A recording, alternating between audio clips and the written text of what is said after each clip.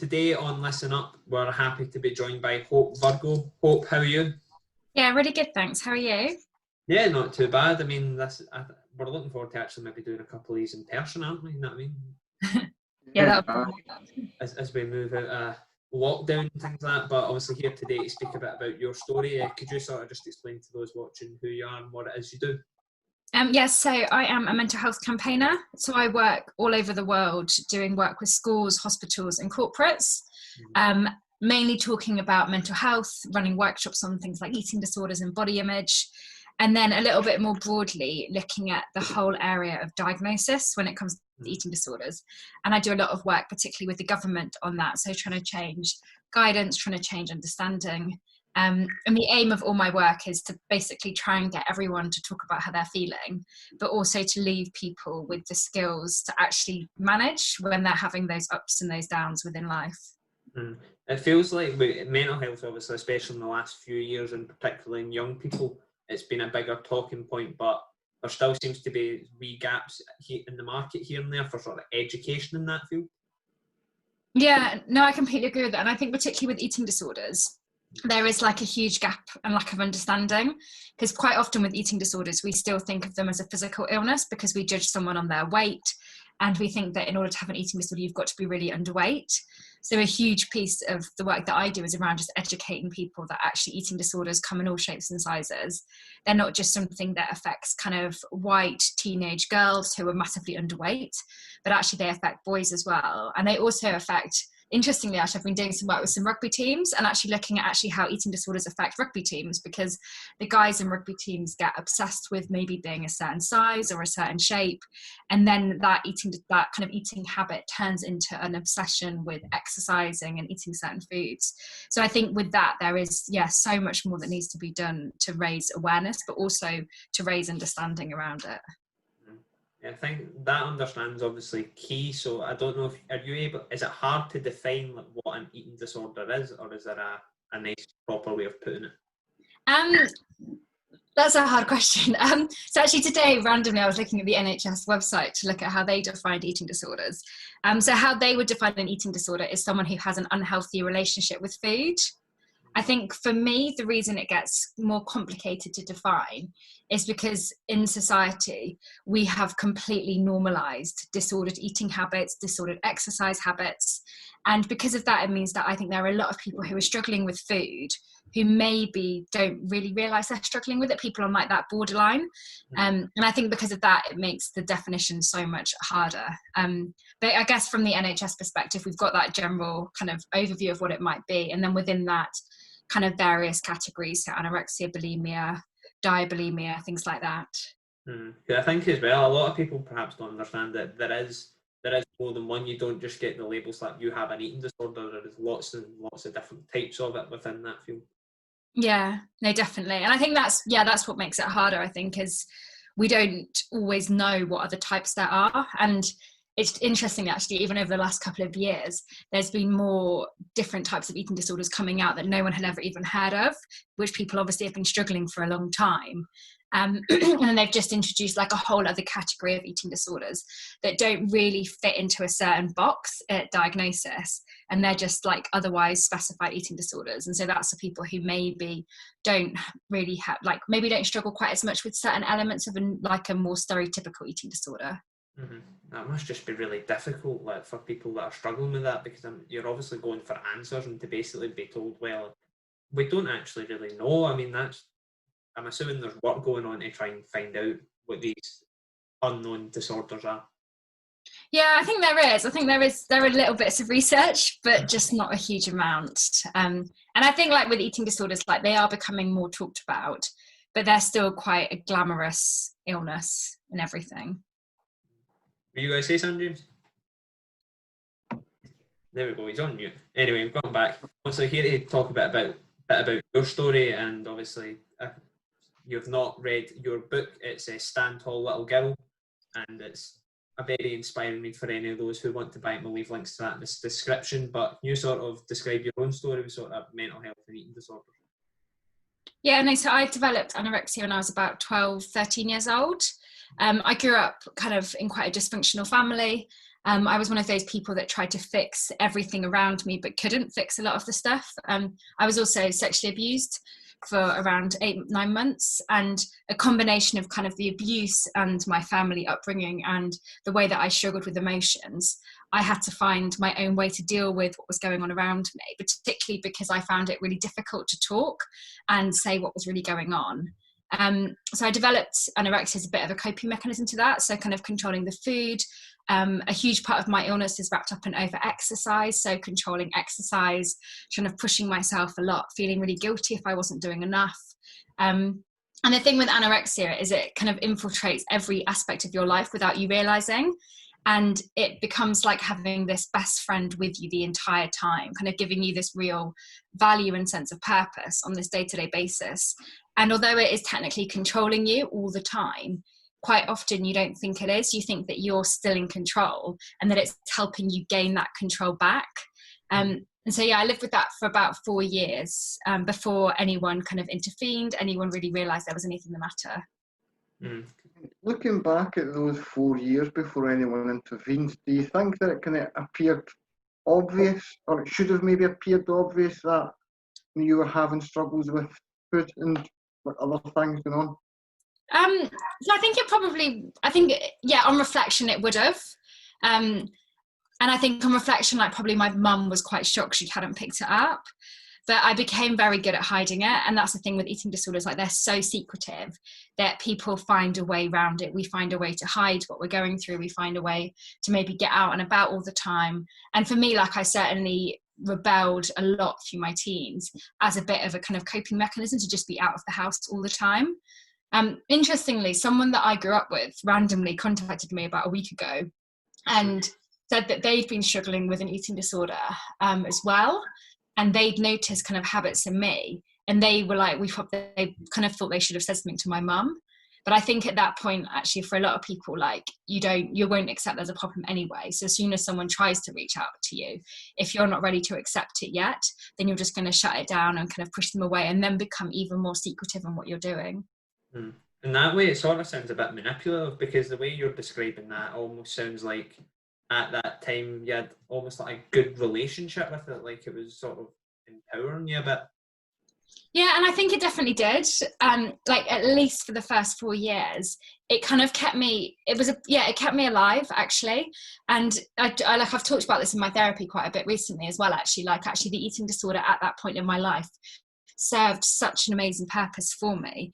And if it hadn't been there, like I don't know what I would have done instead, and I don't know how I would have coped or how I would have managed with things. But towards the end of like that 4 years, that was when that kind of really positive relationship I had with it started to turn into a real negative, and it started to turn into something that I hated, because every time I would have anything to eat or drink or not exercise enough, it made me feel so guilty about it that I just hated pretty much everything that was going on in my head. And even like the weeks before I went into hospital, like I remember just lying in bed every night and just hating everything around me. I hated this kind of constant battle in my head. I hated how it made me feel. And every single one of those evenings, I'd be like, right, tomorrow morning I'm going to get up, I'm going to eat, and everything's going to be fine. But then the next morning you'd get up and you just couldn't, my brain just couldn't do that. It wouldn't let me start to do that. And I think, yeah, it was definitely those last couple of months when I was so desperate to just get rid of it. But at that point was just so far into it that I didn't know how to. Because I think that one of the things that just sort of reading about it and things like that was you look in the mirror and you see something completely different to perhaps somebody across the street would see. Yeah, and I think that's one of the hardest things about it is, yeah, your body image is so distorted. And it's really funny because it's not about body image, but the body image distortion gets so wrapped up into it. And I know that like even now, I can't see myself the way that everybody else does. And I manage it now. I'm okay with it because I kind of can look at the evidence and I'm in a good space in my recovery, so I can push back on that. But when I went into hospital, I still thought, like, how can I possibly have anorexia? People with anorexia are really underweight. Like, I don't look like this. I don't look like that kind of stereotypical image. And so for me, actually, one way that I really accepted I had an illness was on the Friday night after I'd been in hospital for about 3 days. One of the nurses brought in these big pieces of paper, and she marked on where my head were and where my feet were, and then got me to draw how I imagined myself. And then I laid down on that exact same piece of paper, and she traced around the outside of me. And I then stood up and looked down at this image. And that was the first point in my like entire life that I ever realized that actually the way that I viewed myself was so distorted. And for me, that was just the evidence that I needed to actually accept that I had something the matter, and I had to try and do something about it. What did you feel when you seen that? Because I'm assuming it would have been a bit of shock. Yeah, I thought she'd lied to me. So I got a bit like aggravated at first and was like really annoyed and was like, you've done something, like this is weird, it's not right. But like after kind of that initial like this is ridiculous kind of frustration, I then think I just felt really upset about it, that like I'd spent my whole life like feeling so self-conscious, and when I look back on it now, that's kind of how I feel about it. I'm like, it's really sad that I spent so long hating what I looked like, feeling really big all the time, when actually I clearly wasn't. No, that must just be like, when I think about like mental health stuff like that, I think it can also, when you try and explain it to other people at first, it can be quite hard for them to understand things like that. Like just like you're not aware of what's happening. Yeah, and I think that is what's so terrifying with mental health stuff, isn't it? Is you're not always aware of what's going on. And I know that with my eating, like definitely when I was unwell, there were things that I would have done and things that I would say as like a bit of a kind of putting a wall up to protect myself, like trying to manage it that way. But actually, yeah, it was stuff that if you looked beyond the illness, it just wasn't what I was like and wasn't me. And I think quite often, like particularly when I'm working with like parents and carers and stuff, like I'm always like, don't just look at your child or the person you're caring for and see the illness, because that's just like a tiny part of them. And what you need to do as an individual is to get out that other part of them. And once that part gets stronger and gets more confident, then the eating disorder part just starts to disappear slowly. I mean, with you the eating side of it, I know certain mental health things that they can be very much livable, and you can have long periods of time where there's very, very little effect of it. Did you find, was it similar with eating disorders, where there may be times where you have a very, very normal diet, you aren't purging or you aren't hiding food or anything like that, and then there may be other times where it's a trough where it's really noticeable? Yeah, no, definitely. And I think for me, what I've realised, so I came out of hospital 11 years ago, and there's been kind of points along the way where some things triggered me, or I've started to get unwell again, or I've become like obsessed with food again. And it's normally when I feel really out of control with life, or when I feel really like stressed or emotional about something. So in 2006, I relapsed, 2016, because my grandma passed away, and I couldn't cope with the guilt of her going and the emotions that I was left with. And then again, actually, at the start of lockdown, I really struggled with the lack of routine. I struggled that the gym was shut, and struggled with that uncertainty. And that's the thing with eating disorders, is they kind of love that uncertainty, because that's when they come in and they give you this kind of false sense of control. So I think for a lot of people with eating disorders, it's definitely not like a straight line in recovery. Like you have so many ups and downs, and it's just so unbelievably messy. But it's about trying to find a way to get through that. And for me, it's like, even on those really messy and those really hard days, as long as I get through to the end of that day and I've still eaten enough and I haven't obsessively exercised, it's about actually how I've managed it and how I've like dealt with it. And for me, it's not a weak thing. It's just about like trying to get that extra strength within me and talk to someone about actually what's going on. Lockdown's been a really interesting one, just on the topic of mental health, because it's not, for some people at least, it's forced them to think about it a bit more. Just especially, I mean, one of the big things about it is actually coming out, because we're at a point now where we're going back to work and things are somewhat returning to normal. But with that, so I know the furlough scheme's been obviously one of the big ones, and the knock-on effects of that, it's sort of, with people sadly being made redundant and things like off the back of it, it's challenged people, I think, mental health. Yeah, no, definitely. And I think like particularly for people with eating disorders, at the start there was like the fear around not being able to exercise, but then also like the added pressure that on social media everyone seems to be posting all about how much exercise they're doing. And there's like, it's so accessible, like there's constant Instagram lives, there's constant stuff on social media, like all of this free stuff out there. And when you have an eating disorder, you're like, oh my goodness, like I should be doing all of this stuff all the time, otherwise I feel really guilty. And then I think particularly now, as we're kind of easing out of lockdown, there's so much kind of conversation and so many comments on weight gain and dieting. And again, that's like another added pressure. Like I actually did, I'm based in London, and in London, things are slowly kind of easing back to normal a little bit. And one of the things they are doing is allowing personal training sessions outside. So me and my little sister went to this class on Saturday, and there was like 10 people there, like it was really nice. And then right at the end of the class, the PT instructor was like, this is great, you guys can now work off all of that lockdown weight you've put on from just sitting around. And as soon as someone says that, like my brain goes into overdrive. And like obviously like my little sister was there, so we just had a bit of a laugh about it. But actually, if someone was in quite a bad space in their recovery, it's those kind of comments that just put that extra pressure on that individual and could actually send them kind of like spiraling out of control with it. Yeah, I mean, the exercise stuff in lockdown was crazy. Like, I know around here in Scotland, but I've never seen so many bikes about. There were just so many folk just running by the window every time. It just seemed to be. It seemed to be for, in terms of exercise and stuff, it seemed to be for the better in lockdown. That people hadn't perhaps had time to exercise. You were only allowed outside for about, was it 15, 20 minutes on a walk? It just seemed to get people active. Yeah, and I think that definitely was a positive within it, because I think exercise is so good for our mental health. But I think when for eating disorders, it's like becomes that issue when it crosses over into like an obsession and not doing it for the right reasons and doing it to punish yourself instead of for enjoyment. Which I think is why, for me, like, although I do use exercise to help my recovery, I always have to be so careful and so mindful of actually like what everyone else is doing, like how much I'm going, am I doing it because I want to do it or because I feel I have to? So I guess like learning to kind of manage your body in that way. You were first hospitalised back in 2007. How far along do you think treatment's come for people now?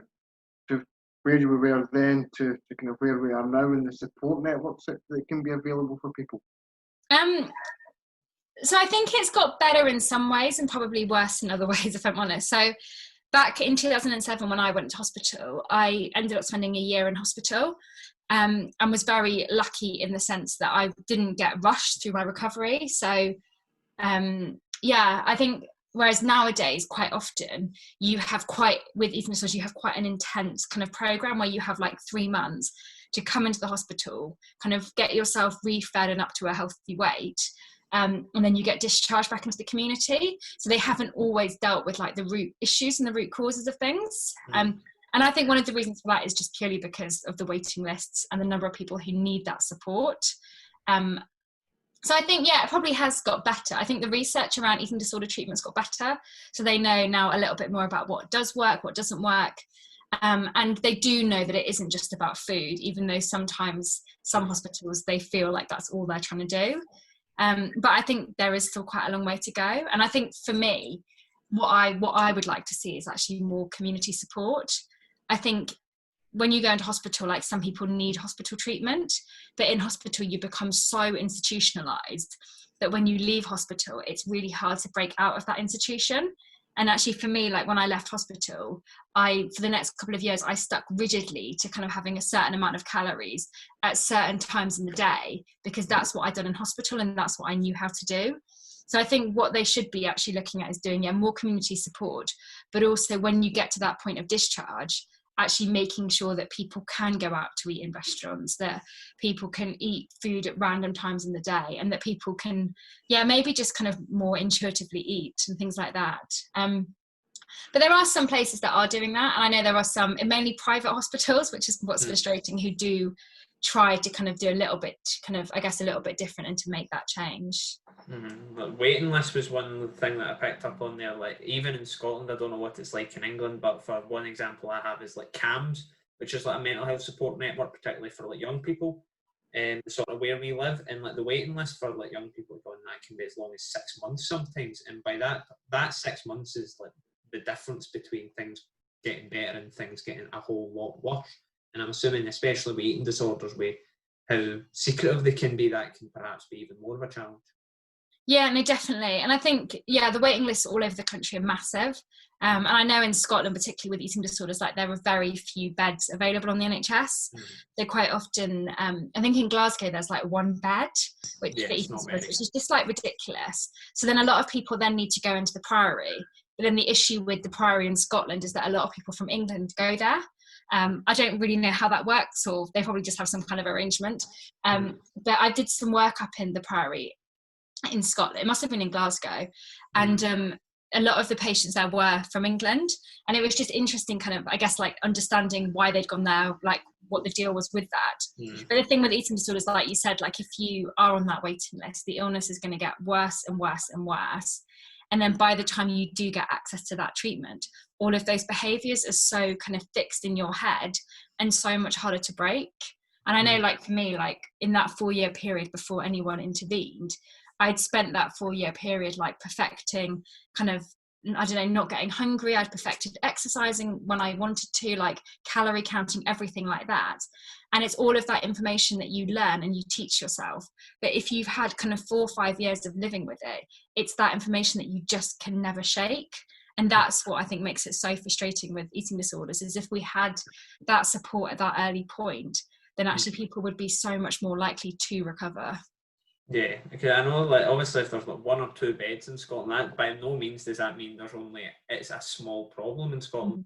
In my own sort of network of people I know, there's 3 or 4 people who have been very open about the fact that I have struggled with this is the support I've had, and this is what I'm trying to do now. So it's almost a case of like, why is there not more like hospital support almost for, because there'll be people that probably need it that aren't getting it. Yeah, no, definitely. And I think that's the thing at the moment, isn't it? Like we're all talking so much more about mental health, which is amazing. And I'm a real advocate for obviously getting people to talk about things. But it's hard when we get everyone to talk about things and then there's nowhere for someone to go and get that kind of proper intensive treatment that they need. Yeah, I feel that especially social media has been great for that in terms of speaking about mental health. But and with some of the other like discussions that have been on there, I feel like it's just conversation, and then there's a lot of conversation but not a lot of doing after it almost. Yeah, no, exactly. I completely agree with that. And I think that's like for me why my campaigning work's so important, is because although you get quite a lot of wishy-washy answers from the government, actually like trying to hold them to account, so they can be like, actually this is a person's life, this was what it's like for that individual, and pushing that so much more. I think I think it's just so important. And I think also like with social media, like I know it gets a lot of bad kind of rap, and everyone, well, not everyone, but a lot of people are quite negative about it. But I always think as well, like actually there is a good space for social media within treatment, and like finding the right support networks, finding people that you can talk to on social media. And also just, I think like just finding people that you've got similar issues to, so that you can know that actually you're not on your own in what you're going through. Like actually a lot of other people are struggling with this, and this is how they dealt with it. Just sort of going back onto like your time in hospital, obviously you said you spent a year in there, and that's quite a considerable amount of time. Like when you came out, did you sort of almost, how was it like getting back into like, the real world, if you were obviously being stuck somewhere for a year is kind of challenging? Yeah, it was hard, if I'm honest. So I decided to take my A-levels in hospital because I wanted to go straight to uni, because I thought if I went to uni I'd have a bit of a fresh start. And I was conscious that I felt like my whole life had been on hold when I'd been in hospital, and all my friends were like in their final year at school and kind of finishing off and all going to uni, and I didn't want to be left behind. So I think in that sense, like it made it easier going back into the real world, because I left Bristol immediately. Like I came out of hospital and then 2 weeks later went to uni in Birmingham, and actually just getting away from my family environment, getting away from everything and having a fresh start, like really helped me to feel more, I guess, just more like more included and more like I hadn't missed this year.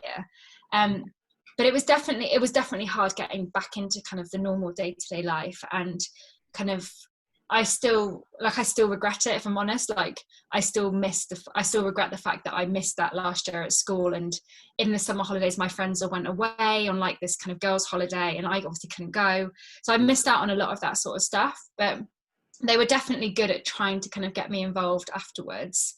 And I think, like I said, like going to uni really helped that.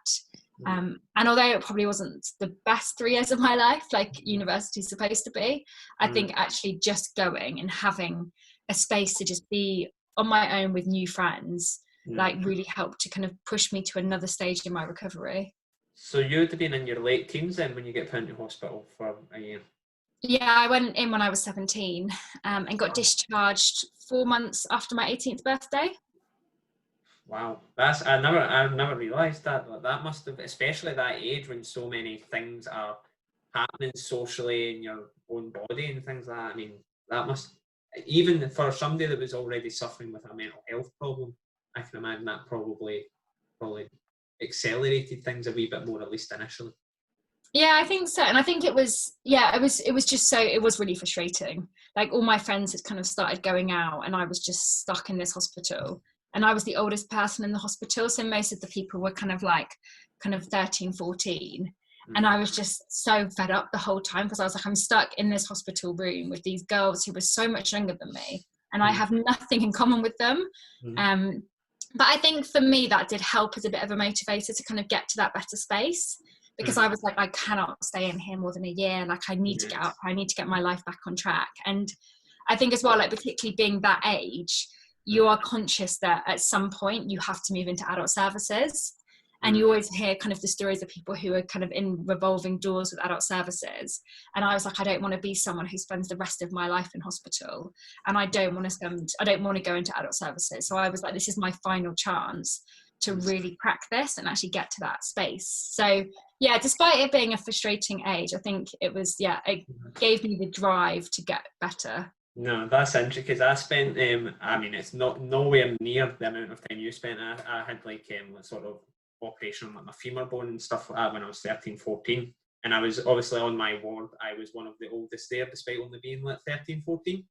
But as you say, I think I was meant to be in there for a few weeks, but it's when you're just in there and you're in yourself and you're seeing photos and stuff of your friends, you get to a point where it doesn't matter if you're meant to be in there for a year, 2 years. You're just like, right, I am getting out of here and I am leaving. And I think that, I don't know if you were the same, but that's almost your drive. It doesn't, your actual thing that's wrong with you almost leaves you a bit and you just become so driven to get out. Yeah, no, definitely. And I think that's what was with eating disorders and with me, I had this drive to get out and part of it was because I wanted to get my life back on track. But the other part of it was I just wanted people to stop interfering. And I just wanted to take back some of that control that I felt like I'd lost going into hospital. And I think as well, when you're in hospital, for however long you're in there for and for whatever the reason, you lose so much of your independence because you have to go along with a hospital timetable and you get fed hospital food and whatever. And I think for me, just losing that independence was just so difficult. So getting that back at that point. And actually I remember when I was in hospital, I obviously wasn't allowed to learn to drive when I went in, but then kind of 6 months into my time in hospital, they let me have driving lessons. And actually it was those moments like that where you have this glimpse of this is what normal life is, this is what freedom is, that again kind of push you further and further forward. At what point then did you kind of decide you're going to take those experiences and write about them and try and use that to help other people? So when I relapsed about 4 years ago now. When I came through my relapse, I realised that there was this huge lack of understanding around eating disorders. And I felt like I'd been faced with this real injustice when I tried to get support but couldn't get support because I wasn't underweight. And I think it was a combination of that I just was actually, I need to do something with this and try and turn something that's really kind of bad in my life into a real positive for other people. So I started writing, kind of straight. My probably was actually halfway through when I was kind of on the road to recovery in my relapse. And just wrote everything down and then started talking about it and then started doing kind of full-time campaigning about 3 years ago, which felt terrifying at the time, I think, because a lot of people didn't know about the fact I'd spent a year in hospital. And I think with all mental health, there is still that stigma around it. But for me, it just felt so important to actually just talk about it. And I think as well, the way that I talk about it is I try to be really real about it. So I don't paint this happy clappy picture of recovery, and some days are really difficult and I'm very open about that. And I think for me, that's so important, because quite often we have people out there who like talk about mental health, and that's amazing, but they talk about it when it's like they're through the other side of it. And actually, like, we don't always talk about what it's like to get up every single day and to be really, really struggling with something, but to be still pushing through that. And so for me, I think, yeah, one of the reasons I wanted to start talking was because I wanted to give that, like, just, I guess, make recovery more kind of achievable to other people by being that honest.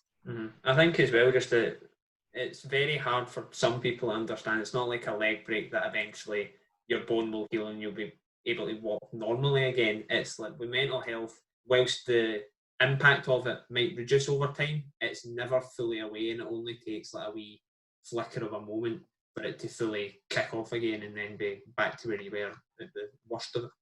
Yeah, and I think that is what's so frustrating about it, isn't it? It's like you have to know what your triggers are, your coping mechanisms are. You have to know who you've got around you to support you. And also just, I think, taking ownership of that and being able to have those honest conversations with people about what does and doesn't work with that support. See, when obviously, because you speak in schools and stuff, don't you? Do you find it hard when, I don't know what sort of age group of children you're speaking to, but do you find it a bit hard, obviously, when you're explaining these really these poignant moments in your life? Like, do you find it hard to sort of, for the kids to understand what it is you're speaking about? So I do, yeah, I guess I speak to anyone from year 6 up to year 13. But what I talk about with year 13s is very different than what I talk about with year 6s. So I try and tailor the content based on, yeah, I guess, like what they've been, like their age group, and what I think they could understand and could hear about. I think the thing that sometimes is hard is when you share something and you might have like a group of kids who just don't really care and don't think it relates to them, because then I kind of internally feel frustrated, because I'm like, actually, like this does have an impact on you, and it could have an impact on you. But I think I'm learning how to deal with stuff like that. And also just realizing that actually, even if only one person takes something from a session that I do, that's fine, as long as that one person takes it and they put it into action and change something about it. But I think as well, like with schools work particularly, like you need one person to kind of ask a question or share something, and then the rest of the class feel more able to open up. Yeah. So quite often before my sessions, I'm like, I've just got to have that one person, and then it'll be like fine. Like, what was I don't know what school stuff was like in Denny, James, but what was your class like when a speaker came in to do a talk? Very rarely got things like that when I was at school. We had like maybe one day a year you would have something, that would be it. See, we would have like a couple, right? We would have maybe 2 or 3 in a year, and as bad as it was, like a lot of people in the class just went, "Oh well, I'm not in science, I'm not in biology, 5th period. I'm just going to sit through and just like kick up their feet." Almost like there was one really, really big one that I can remember. We had like a Holocaust survivor in at our school. It was like amazing. Like I was quite interested in it, but like I felt quite bad. You could just tell like a lot of the people there, despite that person being like having this amazing story, a lot of them were just there to like bunk off English or whatever it was. And I was always thinking like it must be so hard to like do that in certain audiences. You really do need to. It's just a bit luck as well, almost like you just get the right crowd. Because I know we've had some school speakers on that have just been, let's just say, their experience wasn't great. Yeah, I think it is. Yeah, it is dependent on the crowd. But I think as well, like quite often, I think when kids find out that they've got someone who's going to talk about mental health, I think quite often they expect, like, you know what it's like people have these images of people with mental health problems in their heads. So I think they think that those kind of people are going to come in. And I'm very different from that.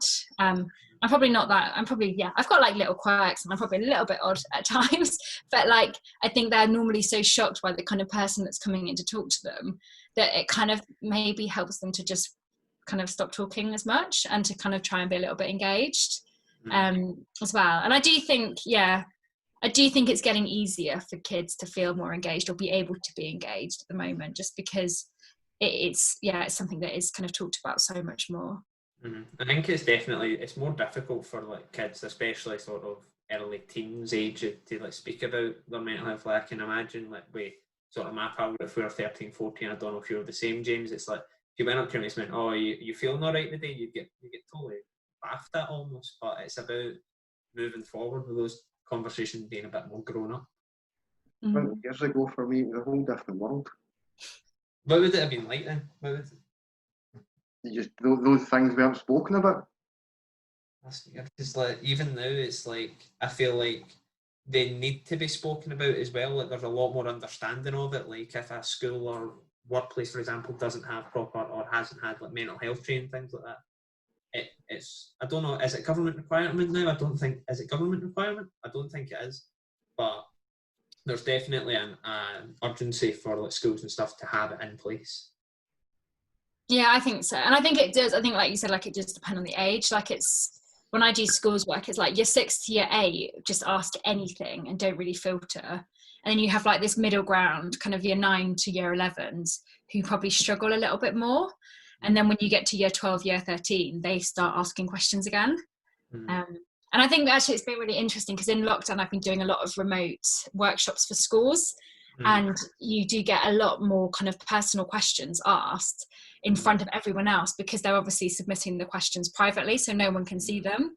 So I think that's actually probably been one positive, although I really miss going into schools, and I think face-to-face sessions are so much better actually because kids can ask these personal questions in front of their classmates now. That really helps. So how have you sort of found, like obviously with your mental health problems in the past, how have you found sort of moving into the public eye, if it were, with the book and public speaking and things like that? It's been interesting. I think I struggled quite a bit at the start, probably more so at the start, just because I was conscious that I wasn't really underweight, and I think like that part of my brain with the eating disorder was kind of like, you don't look like you've got an eating disorder, people are going to think you're like overweight, that you shouldn't be talking about it. But over like the first year, I kind of like, I guess like ironed out my boundaries a bit. So there's things that I do and don't talk about. There's certain times of the year that I don't talk about certain things. And I kind of also realized in the first year that I couldn't fix everyone that I came into contact with. So I think for my first year, I was very much kind of replying to everyone who would message me and trying to offer them support. And I had to kind of stop doing that because it just wasn't healthy for me.